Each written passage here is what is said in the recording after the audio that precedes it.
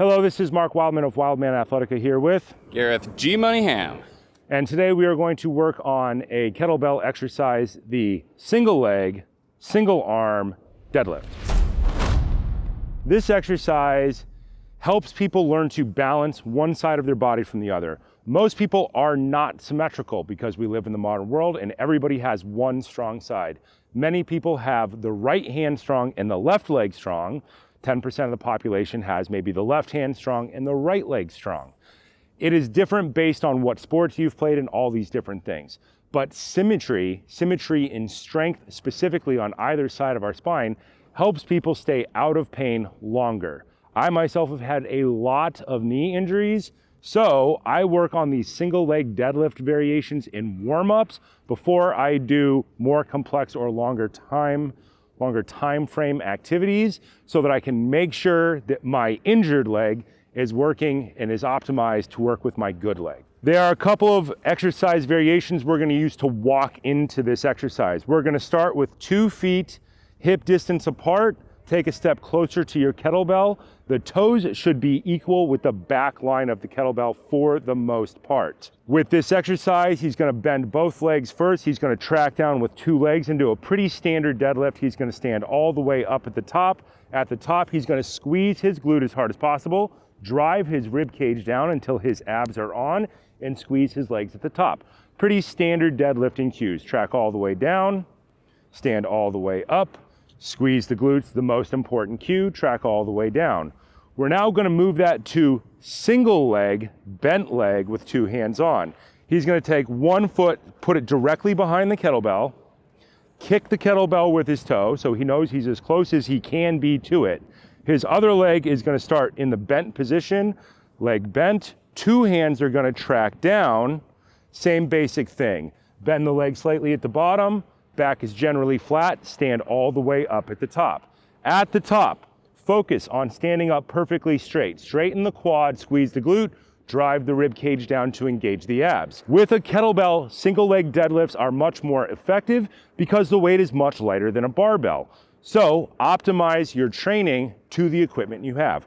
Track all the way down, the leg will bend, the back stays flat, and he stands back up at the top. Good. We are now going to move it 1 step further in complexity. We're going to rotate the handle.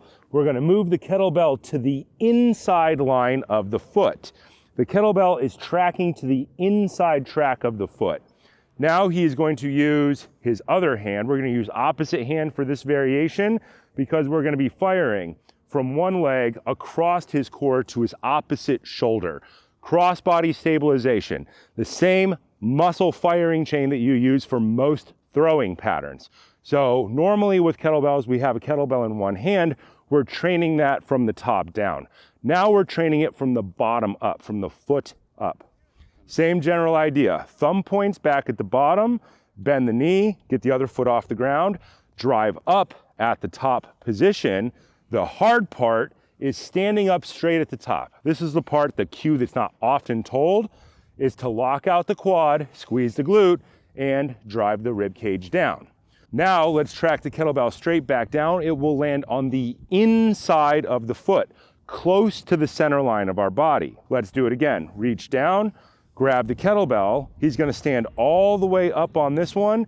In the beginning, the thumb back allows people to work to fire their lat harder. If you lose balance, that's fine. Struggle to get it back. That is the exercise we're working on. He's going to track all the way down and not let go of the kettlebell on this rep.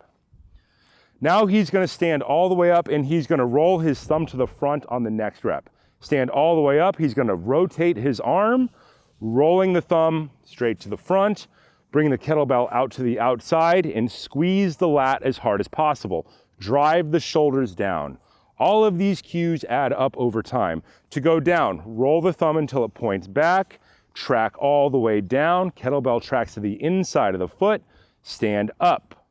Drive up, straighten the leg, squeeze the glute. Fight for it. It is hard. Roll the thumb, bring the kettlebell back till it's on the outside of our thigh. Let's bring it to the outside of our thigh here. Squeeze the lat harder, drive the rib cage down, and track it all the way back down. Good. 2 feet down, stand all the way up and relax. There are a ton of different versions of this, and different coaches will have different cues based on what sports they do. I like all these individual cues because they allow people to learn to fire each individual muscle better over time.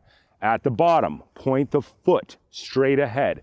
That is the most important part. When you're fighting for stability, the arch of your foot is trying to fire really hard. That's the point. Kettlebells should improve your grip, which improves everything about your life.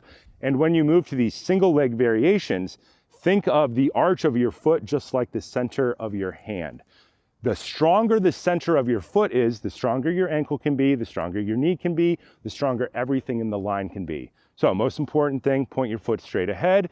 And then all of these cues at the top, the goal is always to stand all the way up.